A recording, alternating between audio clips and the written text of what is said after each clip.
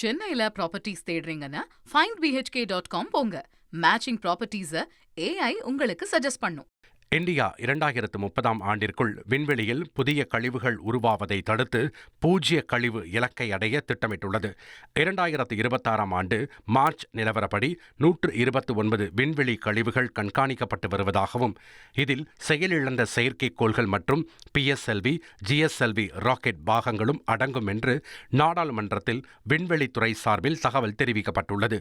மேலும் 2025இல் ஸ்பேடெக்ஸ் திட்டத்தில் 2 விண்கலன்களை தானியங்கி முறையில் ஒன்றிணைத்து பிரித்தல் மற்றும் ரோபோட்டிக் ஆர்ம் தொழில்நுட்பம் வெற்றிகரமாக சோதிக்கப்பட்டதாகவும் தெரிவிக்கப்பட்டுள்ளது.